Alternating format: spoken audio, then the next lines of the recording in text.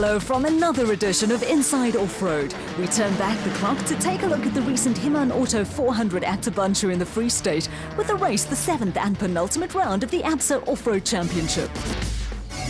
The impressive Black Mountain Hotel on the outskirts of Tabanchu provided a colourful backdrop for the Himan Auto 400, with off-road racing returning to the region for the first time since the early 90s.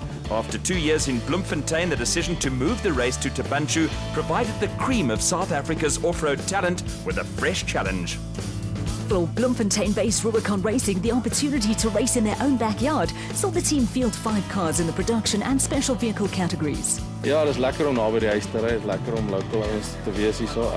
Ons het 'n vol span, Gerald en Hendrik ry weer in die klas E bakkies, ons het 5 bakkies hier naweek wat ry, 5 karre. So ja, dit gaan 'n lekker naweek wees, dit is lekker om naby die huis te wees. The Black Mountain Hotel lies in the heart of the Morocco Game Reserve, with the area offering some of the most spectacular scenery to be found anywhere in the world. The region also offered the off-road fraternity with a route taking in a variety of terrain. Ja, dit is, die mense ken die Vrystaat as plat, maar hulle sal hier naweek agterkom, die Vrystaat is nie 'n plat plek nie. Hier is lelike koppies en lelike berge en lelike dale. En ons al lang reguit stukke wat deur die veld gaan. Die stuk waar ons ry is trastgronde van die ou Botswana. Die veld is mooi opgevroei, daar is nie lank gras nie. Dit is droog, so nee, ek dink dit gaan lekker wees. Privateers are the backbone of the ABSA Off-Road Championship and are largely responsible for the impressive growth of the sport in recent years. Among their ranks are the father and son team of Graham and Trevor Leith. I suppose it's the key difference between a privateer and a factory team is that, in my case, I think a lot of privateers, when the money's there, you race. When the money's not there, you can't afford to race. It's part and part of business.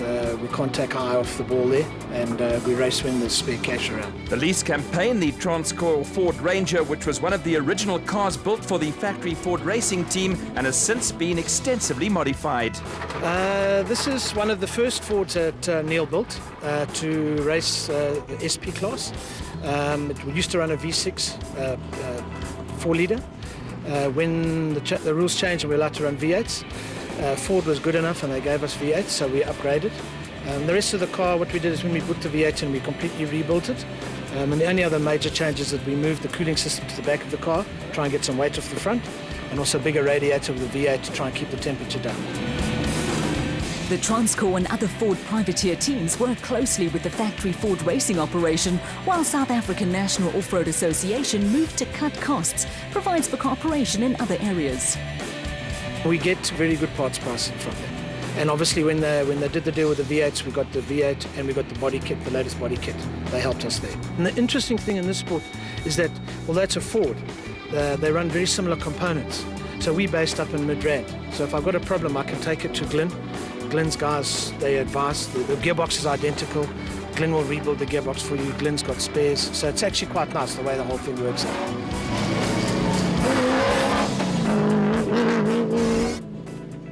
The 3 teams involved in the production vehicle and Premier SP Class Championship battles produced an enthralling Donaldson prologue to determine grid positions for the Himan Auto 400. Just 4 seconds separated the trio, with Team Castrol Toyota pair of Anthony Taylor and Chris Birkin leading the field away at the ceremonial start. Out on the route, Chris Visser and Jaapie Badenhorst were soon into the lead in the Ford Racing Ranger, with the former South African champions holding their nerve to withstand some serious pressure from championship leaders Duncan Force and Rob Howie in the second of the Team Castrol Toyota Hilux entries. An early puncture dropped prologue winners Taylor and Birkin down the order in the Team Castrol Toyota Hilux. The pair fought their way back to finish third after a tight battle with veterans Hannes Grobler and Henny Terstegen in the RFS BMW X3. Grobler and Terstegen will retire at the end of the season, but a rock-solid performance saw them home comfortably ahead of off-road legend Alfie Cox and German co-driver Jürgen Schroeder in the SP Laser Nissan Navara. In a tense finish, Cox and Schroeder were only 4 seconds clear of Sun City 400 winners Christian de Plooy and Henk Jansen van Vieren in the second RFS BMW. Right on their heels were Lance Woolridge and Ward Huxtable, with the second Ford Racing Ranger only 6 seconds behind the RFS BMW. Next up were Mike Whitehouse and Matthew Carlson, with the Region Racing Nissan Navara hampered by an engine misfire.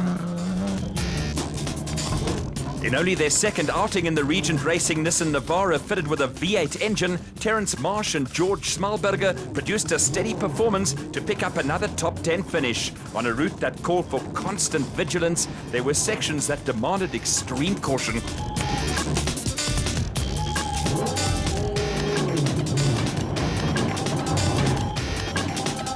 The final top 10 placing went to veteran Archie Rutherford and Paralympic swimming legend Natalie du Toit in the SA Warranties Nissan Navara, racing under the Regent Racing umbrella. 2 punctures on the first 170-kilometre loop of the race saw to it that the pair had to push hard on the second leg. Rutherford and du Toit were the last of the SP class finishers, with an accident putting the Rubicon Racing pair of Paki Labuschagne and Rikus Erasmus out of the running. Also classified among the non-finishers were Graham and Trevor Leith in the Transcorp Ford Ranger, and it was not a happy event for the Rubicon team, with Bloemfontein crew Loda Brain and Rian Kreyling also among those to fall by the wayside. A broken gearbox put paid to Gary Bertholt and Ralph Pitchford in the Atlas Copco Toyota Hilux, and a huge accident saw the Forces BMW crew of Willem Vos and Werner Weiss lucky to escape serious injury. A faultless performance from Chris Visser and Jaapie Badenhorst saw the Ford Racing pair score their second win in a row. The late-season charge by the former South African champions ensured that the production vehicle and SP class title fights would be settled at the final event of the season on the West Rand. Down to the wire now for the last race. I didn't work out the final tally, but I think if they drop their points and we drop ours, we still like 15 points behind them. So it's going to be close. The gap between Duncan Vos and Rob Howie and Chris Visser and Jaapie Badenhorst in the SP class is 12 points and sets up a nail-biting climax to the championship race. On now to the Class D and Class E battles, where championships were also there for the taking. In Class D, former champion Cliff Weichelt and Johan Smalberger were in a strong position in the N1 4x4 Toyota Land Cruiser, with Australian resident Weichelt flying to and from Perth to compete in races.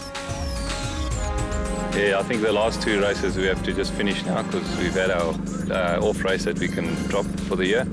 So we just got to finish here in the points, and that should seal the championship for the year then. The Donaldson prologue to sort out grid positions for the race produced a close tussle between Cliff Weichelt and his son Louis, with the pair out in identical N1 4x4 Toyota Land Cruisers.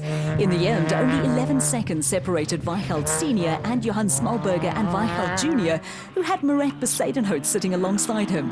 Behind the 2 Class D entries, KwaZulu-Natal crew Rowan Lamb and Lyle Parker came up with the best performance of the season to win Class E in the X-Factory Ford Ranger.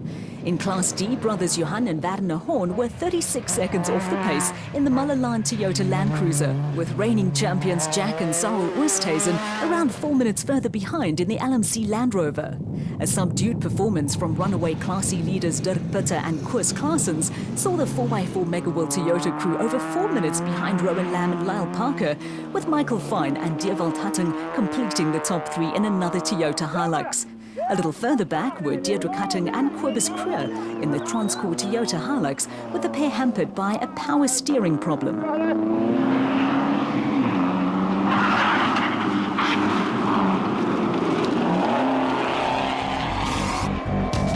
Back at race headquarters, there was plenty of work for service crews as they went about restoring their chargers back to full health in preparation for battle the next day. A maiden prologue win for Rowan Lamb and Lyle Parker provided them with a boost in confidence. Yeah, very good, eh? It was very fast. We had to look out for the rocks and hand hills. But yeah, we had a good turn, good timers.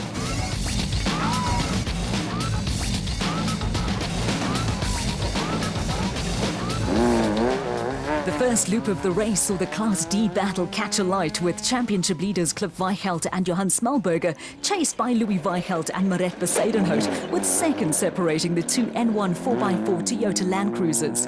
On their heels were brothers Johan and Werner Horn, who were on a charge in the Mullilan Toyota Land Cruiser. The Horns had made up early ground and now had both the Weichelts firmly in their sights. At the front of Class E, the KZN pair of Rowan Lamb and Lyle Parker were building on their prologue performance in the Ford Ranger. The Ford was comfortably clear of championship leaders Dirk Pitter and Koos Claessens, with the 4x4 Megaworld Toyota pair looking for their 6th win in 7 races. Behind them, reliability specialist Jack and Sarel Oosthuizen were a solid fourth in Class D in the LMC Land Rover. At the 15-minute compulsory halt at the end of the first lap of the race, the Class D battle was now between championship leaders Weichelt and Smallberger and the Horn brothers in the Mullilan Toyota Land Cruiser. No, it's going well. We had a clean run this far, and the Mullilan Toyota is right on our backsides. It's going to be very hard for the second lap, but I'm sure we're going to make it. Car's in good, strong still, and we can't really complain. It's a tough race. The Lamb Parker Ford Ranger arrived at the designated service park with its Class E lead intact, but championship leaders Pitter and Claessens had upped the pace in the 4x4 Mega World Toyota Hilux, and not far into the second loop swept into a 44-second lead. When Pitter and Claessens homed in on then Lamb and Parker sportingly moved over to give the 4x4 Mega World crew a clean run to the finish.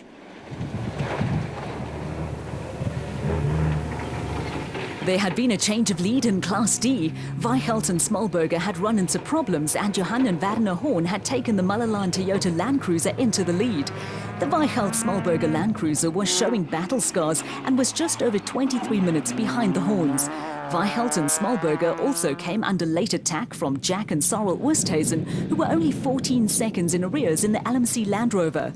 There was a close battle between Fine and Huttung and Gerald Leroux and Hendrik Badenhorst, with the Rubicon Ford eventually finishing around 3 minutes ahead of the Toyota Hilux.